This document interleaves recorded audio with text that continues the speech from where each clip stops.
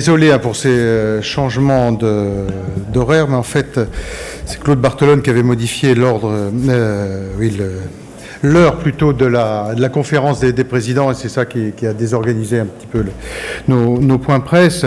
Bon, écoutez, sur sujet aujourd'hui, c'est simple. Bon, on est en face d'une situation extrêmement tendue avec un gouvernement qui est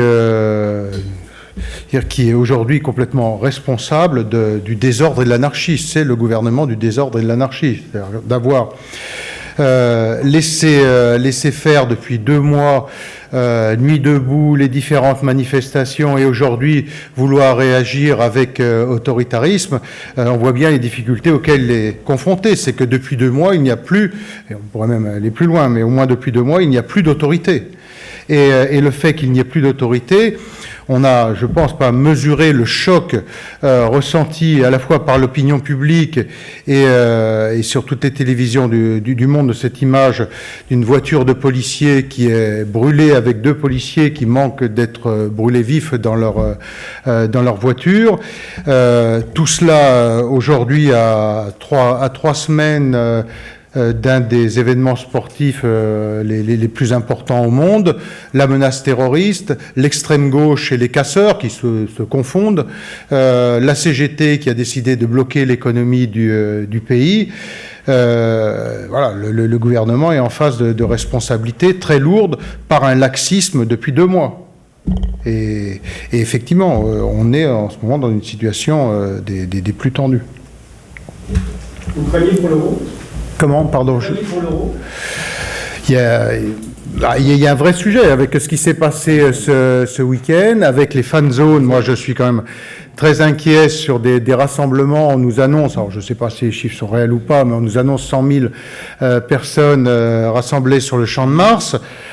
Et quand on a vu les débordements qu'il y a pu avoir encore ce week-end, bon, je pense que tout cela n'a pas... On a une vraie défaillance du ministre de l'Intérieur, je pense du Premier ministre, enfin du gouvernement et du Président de la République, qui n'ont pas pris les choses au niveau où ils devaient être prises depuis 2 mois. C'est-à-dire qu'on assiste, ce laxisme conduit aujourd'hui effectivement à une situation très compliquée à gérer.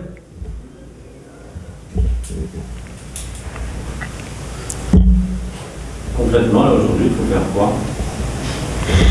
Ben, concrètement, il faut remettre de l'autorité. L'autorité, ça passe par les actions, c'est-à-dire qu'on doit débloquer les raffineries. Il n'est pas possible qu'en plus de ces pressions qu'il y ait aujourd'hui, que quand on entend le secrétaire d'État au transport qui nous explique hier qu'il n'y a pas de pénurie, il y a juste un problème de logistique. Ben, enfin, on a envie de dire, mais depuis combien de temps vous n'avez pas fait le plein à une pompe, quoi? Il suffit de voir comment ça se passe partout dans toutes les villes de France. On trouve pas d'essence et encore moins de gazole.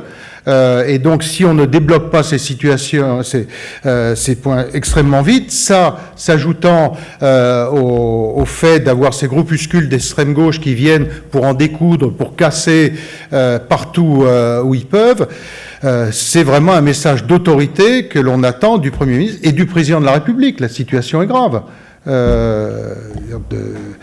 Ce silence, alors j'entends bien, on va le voir encore après-midi, hein, le Premier ministre qui va nous faire le numéro habituel et le ministre de l'Intérieur aussi, mais concrètement, qu'est-ce qu'il fait depuis 2 mois, le ministre de l'Intérieur? Il en est où?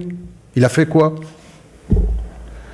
Donc aujourd'hui, c'est effectivement à la fois un discours et des actes de fermeté pour faire en sorte que les gens qui ont envie de travailler puissent travailler et de ne pas être bloqués par des groupuscules, un jour de casseurs, le lendemain de cégétistes.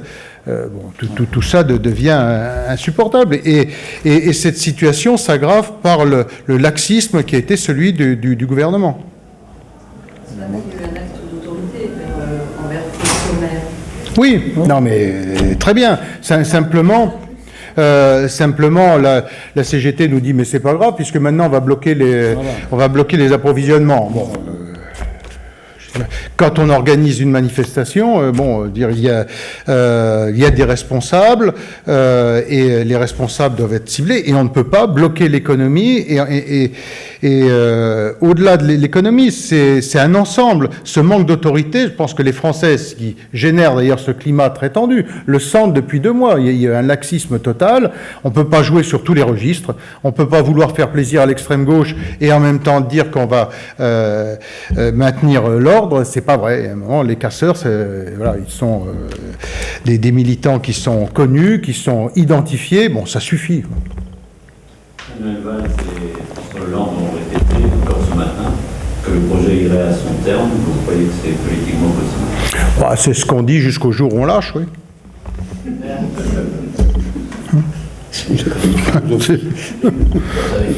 Voilà. On a quelques expériences, mais bon. On referme la parenthèse. Oui. On referme la parenthèse. On est d'accord? Sur l'autre sujet, sur le vote cet après-midi, là, sur les 2 textes. On vote contre les deux.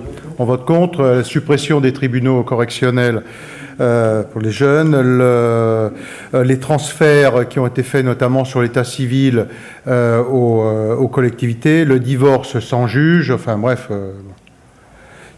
Moi je trouve que c'est gravissime ce qui se passe sur le divorce sans juge. Je suis assez surpris que ça ne réagisse pas davantage. C'est vraiment donner les droits aux plus forts, parce qu'on sait que dans des couples où il y a les pressions qui peuvent s'exercer d'un conjoint sur l'autre, c'est toujours le plus faible qui perd. Et retirer le juge, moi, je le dis en tant qu'ancien ministre de la Famille, pour avoir suivi ces sujets de près, je trouve qu'on est sur une dérive vraiment très dangereuse, et notamment pour maintenir les droits du conjoint le plus faible.